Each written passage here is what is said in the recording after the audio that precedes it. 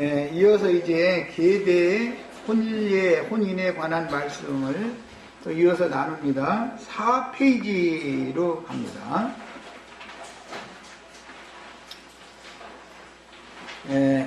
산당제사장을 세울 때 또는 율법적으로 왕을 세우거나 선지자를 세울 때는 모두 율법 제도에 의한 그런 실행을 했어요. 그런 실행이 신학교회에 이어진 것이 신학교라는 걸 통해서 후사를 양성해 내보내는 거예요. 그 교회를 우양하게 하는 거예요. 이것은 하나님의 정하신 뜻과는 절대 안 맞는 짓이다라는 걸 아주 절두절미하게 깨닫고 계셔야 돼요. 후사상속이라고 하는 것이 뭔가를, 이 구속사를 모르면은 구원과 사실 상관없는 사람들이에요, 그게.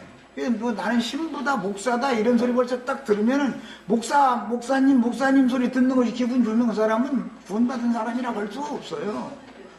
그건 전혀 다른 세계를 사는 사람인 거예요, 사실은. 자, 그래서 이런 율법은 하나님의 경륜을 이루는 비밀을 계시해 주는데, 저주받은 무화과 나무의 비유로 할 수 있듯이 예수님 당시 세대가 지나가기 전에 예수님의 예언과 같이 자기 백성들에 대한 심판이 집행되어 이스라엘 집인 예루살렘 성이 무너지고 이스라엘이 멸망하지만 영적 이스라엘인 예루살렘 교회가 세워져서 뿌리로부터 말라 죽었던 무화과 나무가 새순을 냈습니다. 그러나 그 새순이 열매를 맺지는 못하고 그냥 없어진다고요, 위하면. 그리고 포도원 시대가 이어지게 되는 것이죠. 포도나무 시대가 이어지죠. 그러나 하나님의 경륜은 이방인들을 그리스도께 접붙여서 이방인의 충만함을 채우는 동안 무화과 나무의 열매를 맺지 못하므로 후사를 두지 못하고 12지파 중에서 택하여 세운 사도들이 데려감을 당했지만 그 전에 안디옥 교회에게 사명을 잊게 하고 예루살렘 교회가 소멸되므로 이방인의 때로 경륜이 하나님의 생명의 계보가 이어지는 것이 이전된다고요. 이방인의 때로, 포도나무의 때로 바꿔지는 거예요. 자, 오늘 오전 마지막 부분에 읽었던 룻기에 나오는 엘리멜렉과 나오미와 말론과 기럝이라고 하는 그 네 가족의 한 가정사라고 하는 것은 모세로부터 요한까지 이르는 구약 경륜 율법과 선지자의 때에 하나님의 나라의 형편을 예시적으로 보여주는 거예요. 엘리멜렉이라는 이름 자체가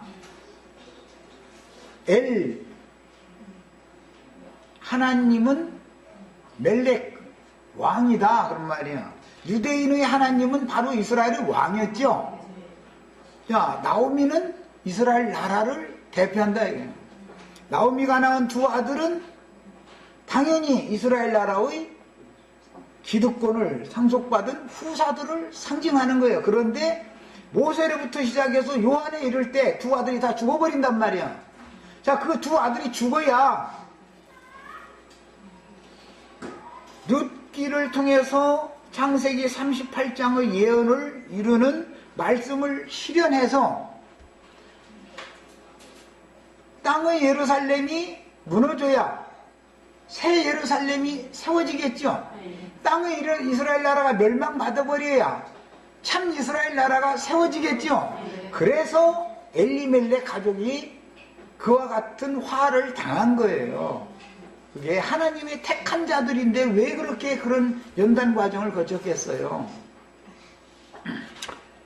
엘리멜렉은 율법 제도권의 왕이고 나오미의 두 아들은 제도권의 후사들을 상징한다고요. 그러니까 제도권의 후사가 죽지 않으면 제도권이 계속 이어지죠. 그럼 하나님의 뜻이 안 이루어지죠. 그래서 두 아들이 죽는 거예요. 죽는데 하나들은 대를 잇지 못하고 하나들은 말로는 대를 이어요. 요한은 죽었지만 예수님이 대타로 나서가지고 대를 잇게 되죠. 예수님이 죽으면 성령이 대를 이어요. 성령의 보냄을 받은 사도들이 대를 이어요. 예루살렘이 무너지고 이스라엘 나라가 멸망받으면 예수님이 보낸 사도들은 더 이상 사역지가 없어진다. 이거 밭이 없는 거예요. 그건 기업을 잃었다 그 말이야. 땅을 파는 거예요.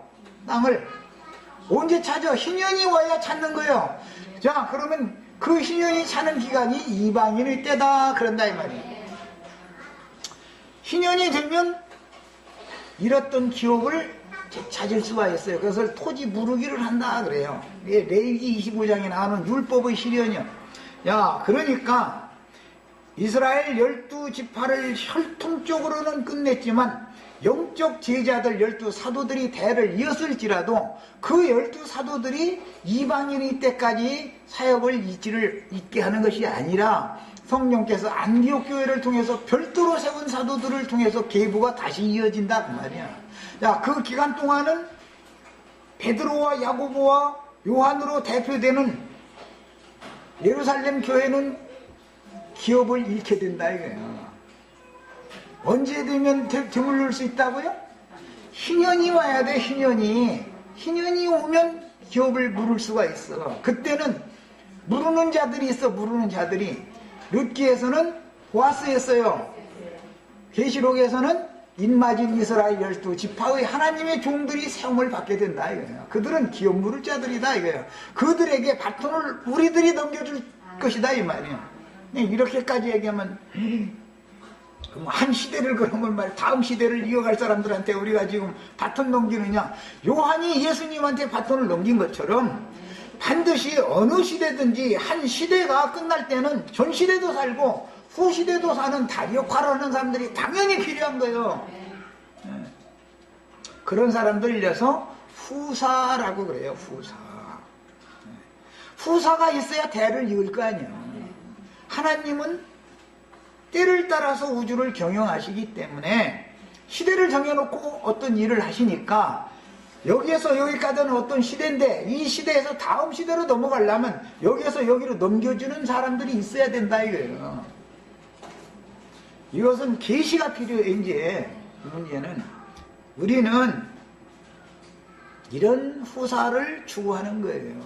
교회는 이런 후사를 낳아야 되는 거예요. 그래야 여자가 해산함으로 구원을 얻는다는 율법 말씀이 구약에도 나오고 신약에도 나오는데 이 말씀이 이루어지는 것이다 이거예요. 여자가 아이를 못 낳는 것이 가장 큰 수치였어. 셈족의 문화는 그래요. 히브리인들은 시집 갔는데 아이를 못 낳아. 그러면 고개를 들 수가 없는 거예요. 막 시부모가 그냥 지나가면서 한마디씩 이러고 그냥 지나가면 뭐 그런데 어깨춤 한 번씩 하고 지나가는 거예요. 그럼 뭐 발을 방석에 앉아 있는 거죠. 막 그 수치가 말도 못해요. 그 한나 얘기 한번 삼일기 한번 읽어보세요. 그 수모를 어떻게 당하는지. 이게 셈족의 문화였다 이거예요. 그런데 그가 아들을 낳으니까 당당해지잖아. 아들 없으면 젊을 때는 남편이 힘이지만 어릴 때는 부모가 힘이고 젊을 때는 남편이 힘이지만 늙으면 자식이 힘이야. 남편 자랑 쏙 들어가 자식 자랑하지 이제 늙으면은. 젊을 때는 우리 남편 직장이 뭐다 자꾸 어디 저 동창회 가면 뭐 남편 자랑을 하죠. 그때는. 그런데 늙으면은 남편 자랑 쏙 들어가고 자연히 들어가게 돼 있어. 그러고는 자식 자랑을 자꾸 하는 거야 이게. 그 사람이라는 것이 누구나 다 그렇게 어릴 때는 부모님이 왕이고 아버지예요. 하나님이요 부모님이. 그러나 결혼을 하면 남편이 하늘이고 왕이요. 아내는 그 왕의 부인 황후의 위치가 되는 거예요. 이렇게 되는 거예요. 남편이 죽으면 아들들이 장성한 아들들이 다 있으면은 그 집을 다 떠받치는 기둥들이 있기 때문에 남편 죽어도 아내는 눈 하나 끔찍 안 해. 왜? 그 자식들이 다 알아서 할 거니까.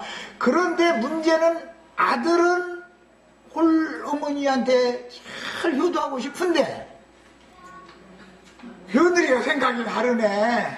그러면 이거는 큰 문제가 된다 이거예요. 그래서 리브가가 며느리와 그렇게 다툰 것 때문에 편치가 않은 거예요. 가정이 셈족들은 부모에게 효도를 하죠. 그러면 이혼을 할 수 있는 자격을 주어지는 거예요. 그게 셈족의 문화예요. 이 효도라는 것이 얼마나 중요한 것을 강조하는 게 성경 이야기예요. 예수 믿으면 효도하다 말아라는 것을 가르칠 필요가 없어. 자연이 생명률에 따라서 이거 알아야 돼. 그런데 며느리 역할이 참 중요해. 세대 때는 시누이들이 자기 올케한테 큰소리 빵빵 치지만 와서 딱 아들 둘 정도 딱 나눠놓고서 아이들이 딱 장성하면 시누이가 와야 이제 올케한테 어머니 좀 잘 좀 부탁드린다고 이러고 가야지. 괜히 큰소리 쳤다가는 저 늙은 어머니만 고생하는 거예요. 이제 세상 이치가 다 그렇다 이거예요. 그런데 여자는 딸의 이치도 되지만 며느리 이치도 되도록 그렇게 하나님이 딱 얽어놔 버렸어. 그래가지고 함부로 행하지 못하게 하는 거예요. 나의 친정어머니한테 우리 올케가 함부로 대하면은 열불 터지지요. 그런데 내가 내 시어머니한테 함부로 하면은 내 시누이가 열불 안 터지겠어? 똑같은 입장 아니야? 이렇게 공평한 하나님이라고. 우리 하나님이 아주. 예, 이제 그 전체 윤곽을 말씀드리다 보니까 이제 거기까지 갔고, 베드로와 야고보와 요한은 모태에서는 형이었다. 그랬죠? 베드로와 야고보와 요한은 모태에서는 세라였으니까 형이에요. 그러니까 주먹을 먼저 내놨었던 거예요. 그런데 예루살렘 교회의 기둥과 같은 사역자들이 되어 예수님의 대를 이었지만 천국 안에서는 베레스가 먼저 되기 때문에 동생이 되는 거다. 세라가 동생이 되는 거다. 나중된다라는 말은 소멸됐다라는 말이 아니에요. 신약시대의 문을 누가 연다고요? 세라가 여는 거예요. 세라가. 그런데 교회시대, 이방인이 때인 교회시대를 거쳐서 신약시대를 종교를 마무리를 하는 임하는 천국이 나타나야 마무리가 되니까 두 시대를 경영을 해야 되기 때문에 문 여는 사람들은 문열이라고 그러죠. 우리나라 사람들 문열이 장자부 문열이라고 그러잖아요. 장자. 그런데 문을 열었지만 그가 실제로 상속을 않고 이방의 사도들에게 넘겨준다 이거예요. 사역을. 그리고 나서 이방의 충만함이 차고 나면은 그들은 원래 장자권이니까. 그래서 이제 신명기 율법에 보면은 미워하는 자의 아들이지만 그가 장자면은 장자권을 뺏지는 못한다 이거예요. 그가 그냥 여전히 장자다. 그 율법에 나와 그것도. 똑같은 신명기 25장에 나오는 율법이에요. 그래서 베드로와 야고보와 요한은 장자권이 있다 이거예요. 그들은 육신대로 하자면은 미워하는 자가 낳은 아들이요. 이스라엘 혈통적인 아들이니까. 그러나 장자권을 빼앗지는 못한다 이거예요. 그에게 그냥 아들이 권을 주는 거예요. 그래야 율법이 모든 말씀이 균형을 해서 딱 이루어지기 때문에 그런 거예요.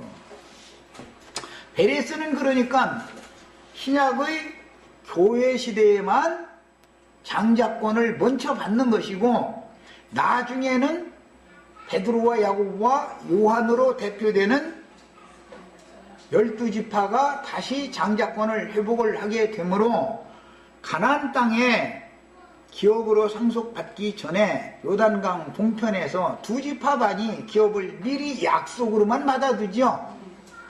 가나안 땅 서편이 기업이 완전히 정복되어져서 12지파가 다 기업을 얻게 되면 자기 기업으로 돌아와야지요. 이 사람들은 가나안 땅 서편에서 기업을 받는 게 아니죠.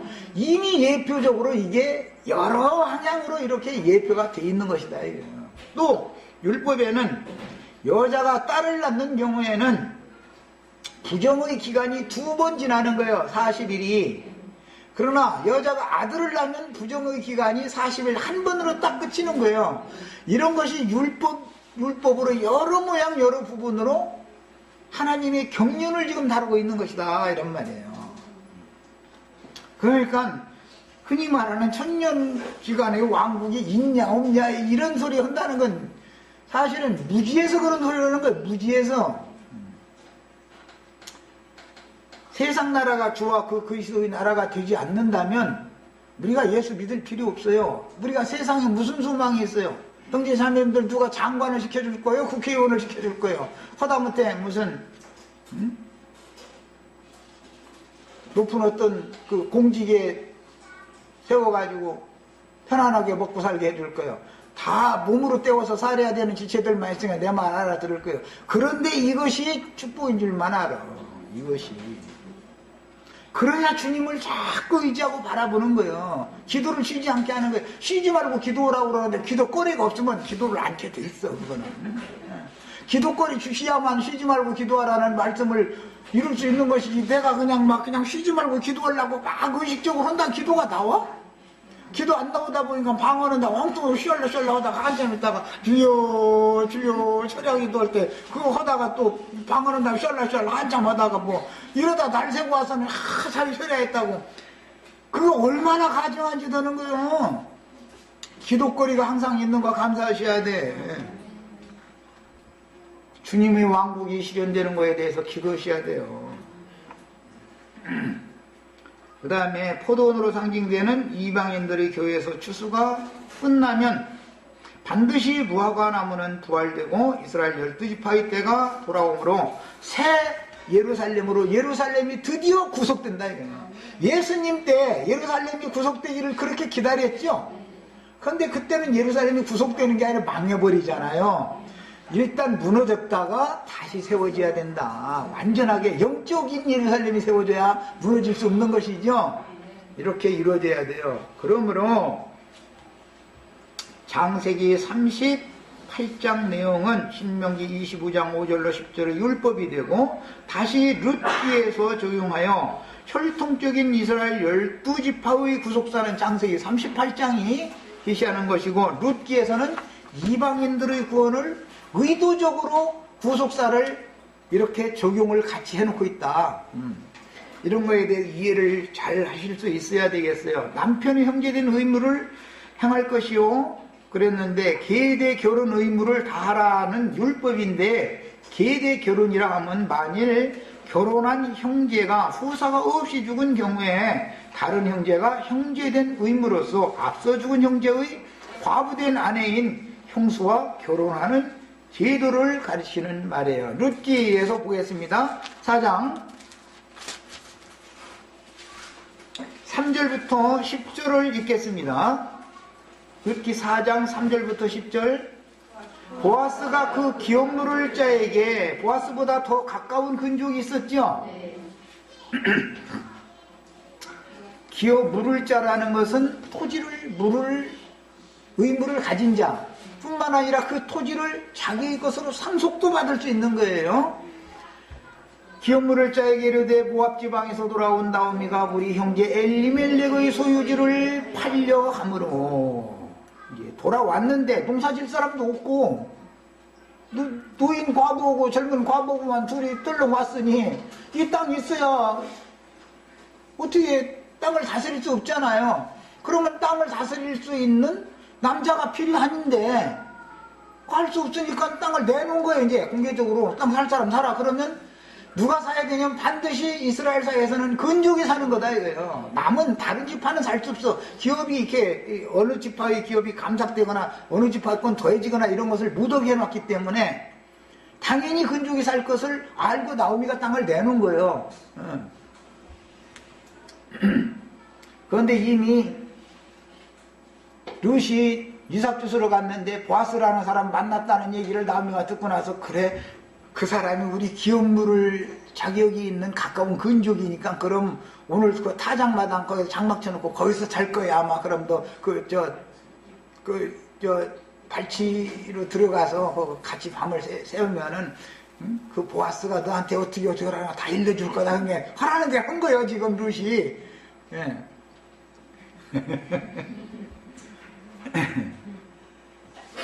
이제 팔려함으로 내가 여기 앉은 이들과 내 백성이가, 이제 그때 당시는 성문에서 장로들을 모아놓고 이런 중대사를 결정을 하던 시대였기 때문에 하는 소리예요. 장로들 앞에서 그것을 사라고 네게 말하여 라는 것은 보아스보다 더 가까운 근족이 있었기 때문에 하는 말이에요. 네게 말하여 알게 하려 하였노라. 만일 네가 물으려면, 여기 레위기 25장 23절로 26절 얘기가 여기 나와요. 토지 물으는 율법이죠.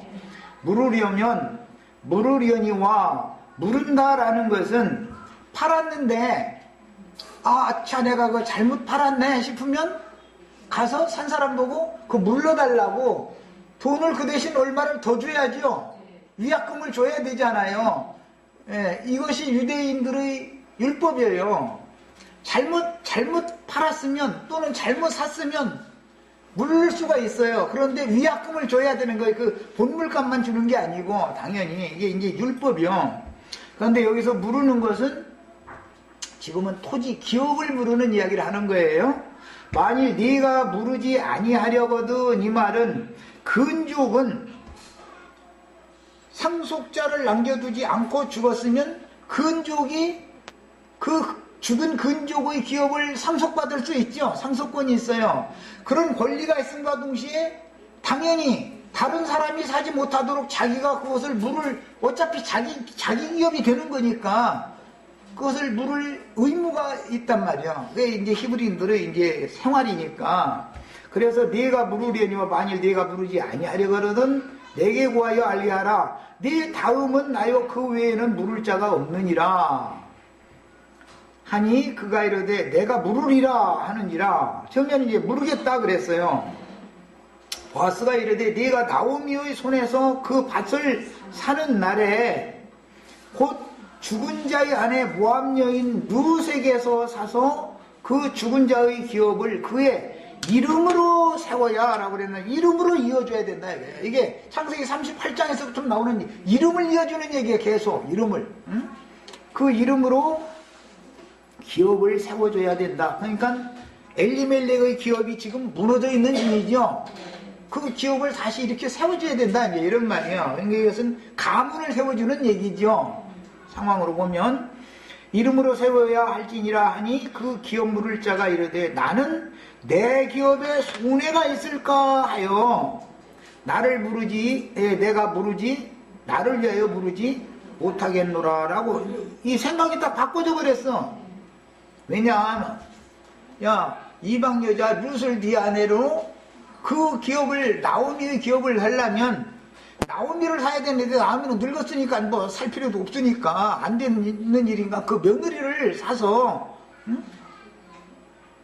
그 며느리의 남편의 이름으로 대를 이어줘야 된다. 이렇게 하니까 내 기업에 손해가 있을까 하여 내가 그 일을 하지 않겠다 그랬다는 거예요. 자, 이 말은 예수 그리스도의 몸된 교회를 건축하고 무너진 그리스도의 몸을 재건축해주는 일을 해야 되는데 마땅히. 그런데 주님의 몸된 교회를 세우는 일을 하는 사람이 아니고 자기 교회를 세우는 일을, 자기 몸을 세우는 일을 하는 사람이 있기 때문에 그러면 내가 지금까지 개척해는 내 교회는 뭐가 되게 그 말이요 지금. 그럼 내 기업에 손해가 나지 않냐 이 말이요. 그러니까 나는 않겠다 이러고 내놨다 그 말이요. 도로. 우리가 지금 계속해서 내가 강조하는 바가 뭐냐. 가장 중요한 건 우리는 그리스도의 몸을 세우는 사람들이지 내 교회를 세우는 사람들이 아니고 우리만의 교회가 아니다.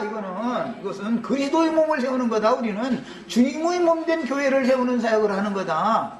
내가 죽어도 이 사역을 누가 어떻게 맡아서 하게 하나님이 세우겠지만 그때 무엇을 제일 중요하게 하게 되느냐. 내 교회로 생각하면 안 된다. 이게 내 양으로 삼으면 안 된다. 이거예요. 주님의 양들이고 주님의 교회다라고. 그러니까 이런 공평한 마음을 갖지 않으면 사람들을 불러 모아서 다 자기를 따르게 하려고 하는 야심이 강하기 때문에 이 사람은 내 기업에 손해가 있을까요? 기업 물을 때 같아도 물지를 않게 돼 있다. 이게 물으려고는 않는다. 이게요.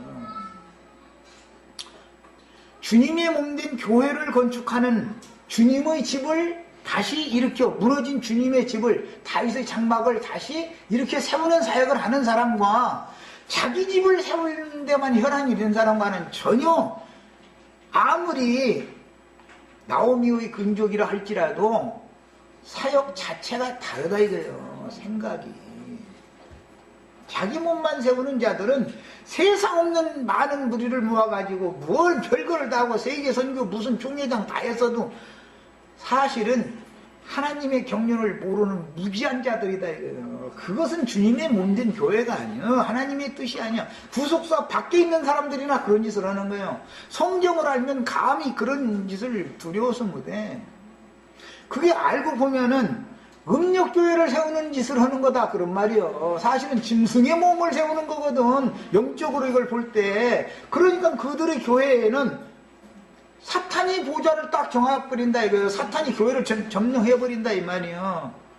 그러니까 그런 데서는 세상에서 뭐 재력이 좀 있고 뭐 권세가 좀 있고 이런 사람들이 판치게 돼 있어. 그런 교회는.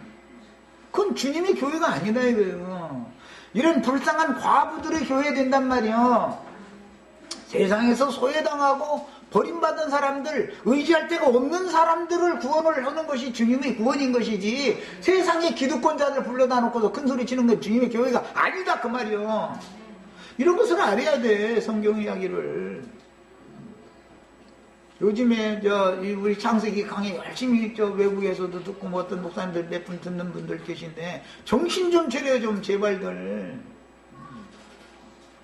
내가 지금 이런 말을 내가 목숨 내놓고 지금 이거 하고 있는 중인데 이게 그냥 괜히 누구 미워서 뭐 목사들 괜히 신이 나서 그러는 게 아니요. 성경을 알아야 된다 이거예요. 성경을. 하나님의 법을, 하나님의 경륜을 이루는 것이 우리 인생의 목적인 것이지, 나의 포부가 세상에서 펼쳐지는 것이 신앙생활의 목적은 아니잖아. 사람들만 많이 불러 모아가지고 으쌰으쌰하고 뭐 하는 것이 그게 뭐가 되는 줄 알았는데, 그러다 보니까 교회가 세상에게 절하게, 세상 신이 교회를 지배하게 돼 있다 이거예요. 동풍이나 있는 사람이 와서 그냥 뭐 이상한 짓 하면 말이야 거기로 휙 찔려가 버리고 말이야 그 사람을 바라보고 죽으라고 목회를 하는데요 말이야. 목회자가 무슨 소리를 하는지 말이야. 귀로는 듣고 한 귀로 그냥 해버리고 이런 식이 되면은 그게 무슨 놈의 그런 교회, 그런 놈의 교회에서 무슨 놈의 이기는 자를 낳겠어. 여기서 음부의 권세가 벌써, 음부의 권세라는 건 세상 권세를 말하는 건데 어둠의 세력이 벌써 음부의 권세가 교회를 확 지배해버리고 있다는 것을 딱 알아야 되잖아. 아 이거는 아니다 말이야. 하면은 나와야 되는 거예요. 사정없이. 아무리 뭐 목사님이 뭐 유하고 좋고 뭐 자기한테 사랑해주고 뭐 그런 것 때문에 교회 생활을 거기서 하는 게 아니야. 하나님의 경륜을 이루기 위해서, 주님의 뜻을 이루기 위해서 교회 생활을 하는 것이지 우리 인간들의 선호를 맞추려고 교회 생활을 하는 게 아니야. 그럼 차라리 세상 생활하는 게 낫지 뭘 하고 교회 생활을 해. 이거 빨리빨리 읽어나가겠습니다. 이런 셈족 문화는 율법 제도로는 인자로 오신 예수님이 구속을 이루기 위해서 육체로는 죽임을 당하신 후에 영으로는 살리심을 받아 부활로 말미암아 처음 익은 열매가 되어 맏아들이 되심으로 영적 실현을 하셨고, 인자의 사역은 그 영께서 이어서 수행하시니 교회 시대는 생명의 부활의 처음 익은 열매를 받은 신자들이 주의 이름으로 실행하는, 주의 새 이름을 받은 하늘의 새 예루살렘의 이름으로 실행하는 교회 생활이다 이거예요. 그래서 내가 자꾸 장자교회를 반드시 이루어야 된다. 장자들의 교회나 이기는 자들을 낳는 거다. 해를 입은 여자가 사내 아이를 낳아야 하늘에서 전쟁이 일어나고 한 시대가 경륜이 끝나잖아. 응? 이치를 알아야 된다. 성경이 말하고자 하는. 그 다음에 예수님을 통해서 이루신 그 영의 사역 승계는 단체적으로 예루살렘 교회의 사역을 안디옥 교회가 이어받았고, 오늘날까지 이방인의 때가 계속되지만 곧 마무리 추수가 끝나면 이스라엘 12지파는 그 예루살렘 교회는 반드시 부활되어 예언된 그 천년이 차기까지 인마진 이스라엘 12지파에게 속한 14만 4천을 다시 채운 후에 인마진 하나님의 종들, 이스라엘 12지파의 하나님의 종들이 사역을 이어받아야 된다고요. 오늘 세상 우리가 이 교회 사역은 우리가 지금 포도원 추수는 우리가 마무리를 하는 거예요. 이제 시대의 전환기에는 반드시 세상을 정지하고 하나님의 의를 전파하는 노아와 같은 사역을 하는 사람이 나오게 돼 있어. 그래서 예수님이 인자가 다시 올 때는 노아의 때와 같다 그런 거요.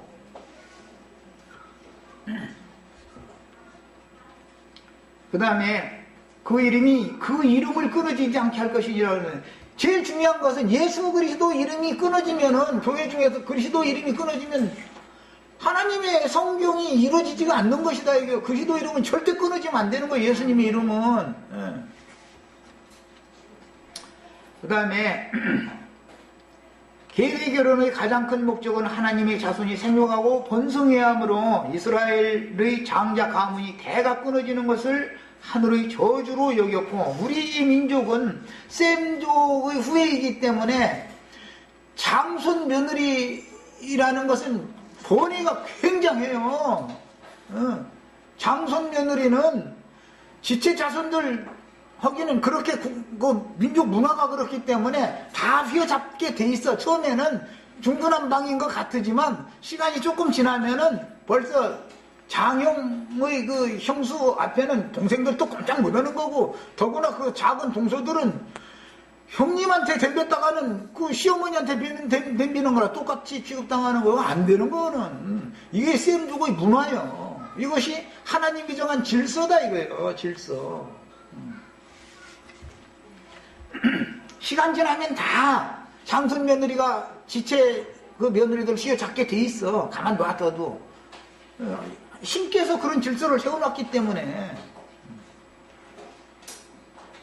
자, 그러나 그 사람이 만일 그 형제의 아내 취하기를 즐겨하지 아니하거든 그 형제의 아내는 그 성문 장로들에게 나아가서 말하기를, 내 남편의 형제가 그 형제의 이름을 이스라엘 중에 잊기를 싫어한다. 이름을 잊기를 싫어한다. 아버지와 아들과 성령의 이름으로, 뭐 주의 이름으로. 예? 나는 아버지의 이름으로 너에게 와서 말씀을 전하지만 내가 가도 아버지께서 내 이름으로 진리의 성령을 또 보내주실 것이다. 자꾸 이름이 이어지는 얘기죠.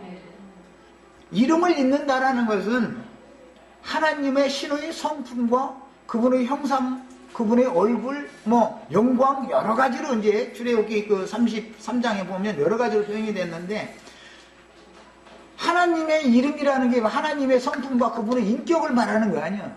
그게 가문의 대를 이어서 흐른다 이거예요. 민족성이라는 것은 어떤 민족은 그 민족의 전통과 그 민족의 특성을 이어받게 돼 있어. 대한민국 일본이 왜 못 먹었어요? 36년 동안이나 지배했으면서도 대한민국을 못 먹잖아요.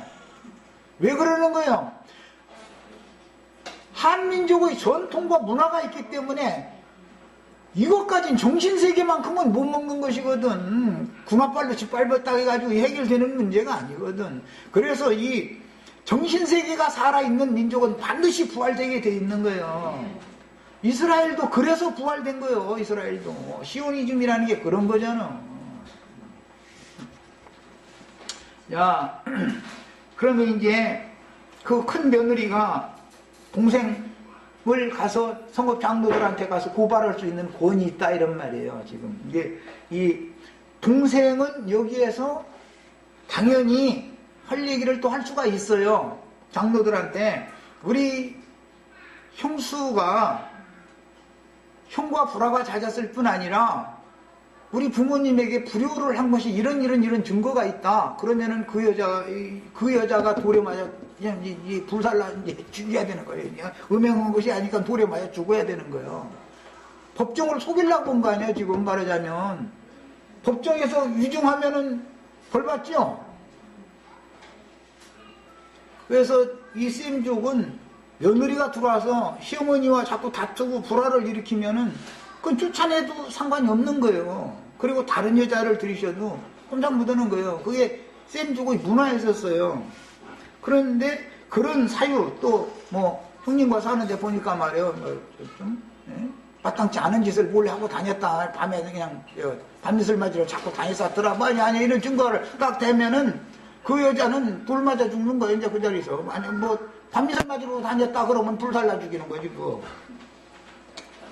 그러니까 이제 그 자리는 법정이니까 사실을 갖다 증거할 수가 있는 자리인 거예요. 그런데 지금 이 경우는 그 여자로서의 아무 결격 사유가 없는 거예요. 그 집의 그 장손 며느리로서의 결격 사유가 아무것도 없는 거예요. 그런데 동생이 괜히 말이요, 형의 이름으로 대를 잇는 것을 지금 거부한다. 이러면 장로들한테 가서 고발을 하는 거예요. 그 말은 무슨 뜻이냐? 내가 못난 건 아니고 내 남편이 사실은 좀 부실했다. 그 말을 하는데 그렇게 노골적으로 얘기를 않고 이렇게 돌려서 말을 하는 거지. 이해하셨죠? 다분 히브리인들은 어떤 말은 아주 이게 은연중에 이렇게 돌려서 하는 말들이 있어. 대부분이 그래요. 깊은 뜻들이 다 있죠. 그러니까. 자, 내 남편의 형제가 그 형제의 이름을 이스라엘 중에 있기를 싫어하여 남편의 형제된 의무를 내게 행치 아니하나이다 라고 이제 고발을 하면, 후사를 낳지 못하고 남편이 죽어서 과부된 여자의 당시의 셈조 그 문화에서는 남의 가문의 문을 닫게 하는 중재인으로 취급을 받았던 거예요. 여자가 아들을 못 낳았어. 그런데 남편이 죽어. 그러면 이 여자는 죄인이 되는 거예요. 그래가지고 하늘을 이렇게 가리잖아요. 과부시라는 게 하늘을 덮는, 이게 머리를 덮어버리는 것을 말하는 거예요. 그럼 하늘을 우러볼 수 없는 거예요. 하늘이 남편인데 하늘같이 떠받들도 남편이 죽어버렸으니까 자기는 죄인이 되는 거예요. 부모가 돌아가시면 하늘이 무너졌다고 그래요. 또 남편이 죽으면 그 과부된 여자는 하늘이 무너진 거예요, 지금. 이런 개념을 갖고 있었던 거예요. 그래서 그냥 이 과부시라는 건 이 하늘을 덮어버리는 거예요. 머리를 덮었죠. 우러러 하늘을 볼 수 없다. 부끄럽다. 그런 뜻이었었어요.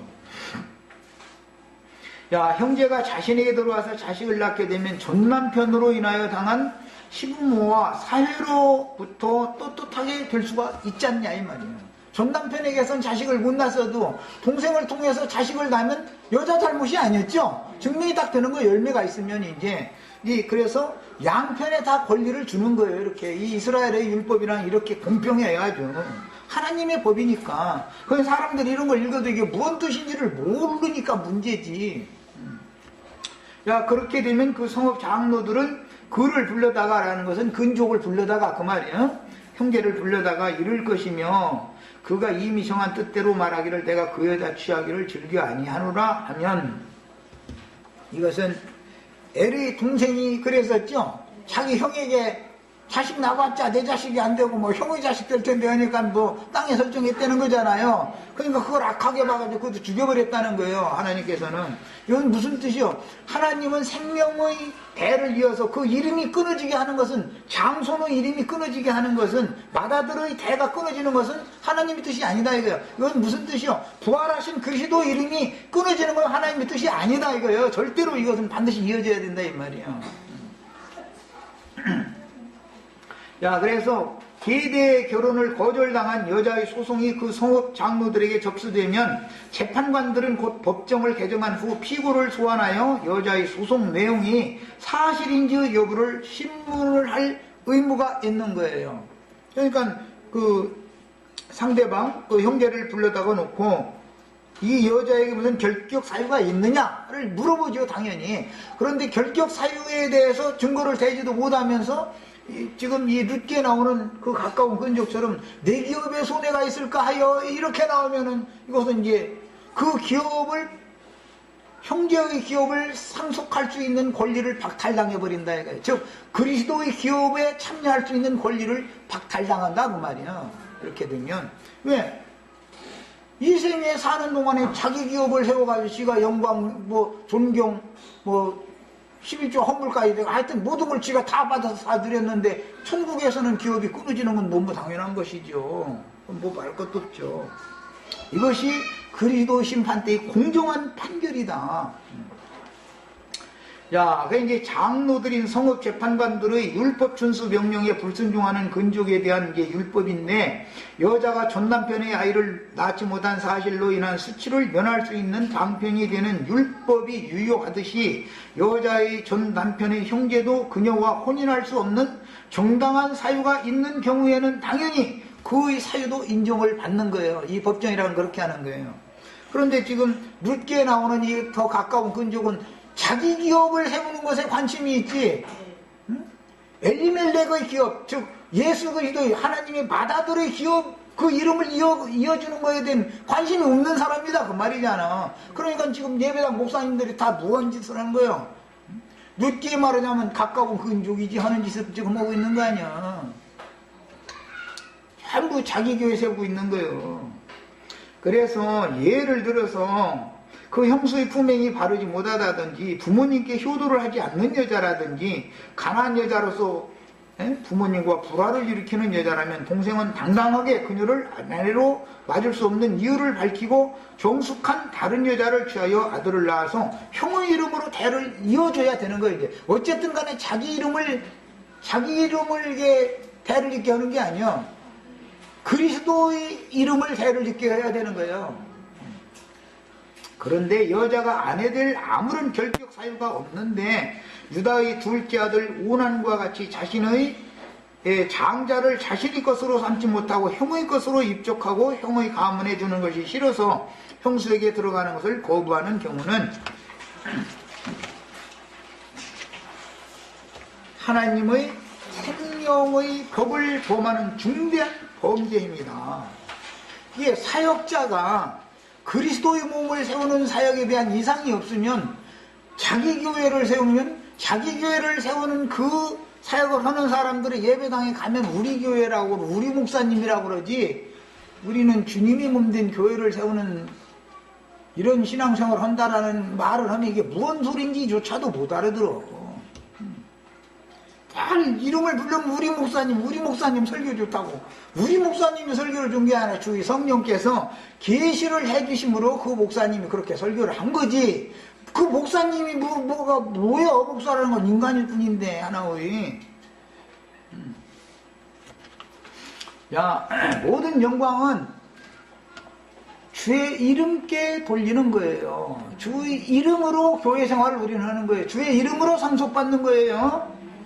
야, 그 형제의 아내가 장로들 앞에서 그에게 나아가서 그의 발에서 신을 벗기고 그 얼굴에 침을 뱉으며 이르기를 그 형제의 집 세우기를 즐겨 아니하는 자에게 네가 잘 것이라 할 것이며, 자, 형제의 집을 세운다라는 말은 그리스도의 몸된 교회를 세우는 것이죠. 우리 마청님이 그리스도죠. 그리스도 예수 그리스도죠. 부활의 날 제자들은 동생들이 됐어요. 우리는 부활 생명을 가진 사람들이요. 그래서 다 함께 하늘에 앉혀진 자들이요. 하나님의 기업에 참여할 자격이 있는 사람들이요. 그런데 사역자들이 형제의 집을 세워야 되는데 자기 집을 자꾸 세우려고 한다 그 말이요. 그게 내 기업에 손해가 있을까요? 나는 형제의 기업을 물러주지 못하겠다 이렇게 나오는 건 무슨 뜻이요? 응? 신자들 불러 모아가지고 지 이름만 유명히 내기를 바란다 지금 그 말이잖아. 그런 경우에는 여자가 가서 그런 형제의 발에서 신을 벗겨버려야 된다는 거예요. 얼마나 웃기는 이야기예요. 장로들 앞에서 시동생 신발 벗겨. 얼마나 웃기는 일이에요 이게. 신발이라는 것은 복음의 신이다 그래요. 복음의 신. 복음을 맡은 자로서의 자격을 박탈시킨다 이거예요. 누가? 여자가 하는 거예요. 여자가. 교회가. 그러려면 어떻게 되겠어요? 이제는 그 사람과는 상종을 안 해야 되는 얘기요. 이제 그 사람이 별걸 다 갖다 가르치고 뭐 살살이 치고 별짓 다 해도 딱 거부해야 되는 거예요. 이제 그 말이요. 그런데 이것이 이제 고대에는 자신의 기업을 하나님이 주실 때 아브라함에게 너 눈을 들어서 동서남북 사방을 바라보고 네 발로 밟아라 가서 네가 밟는 땅은 다 너와 네 자손의 땅이 되게 내가 해주겠다 그랬죠.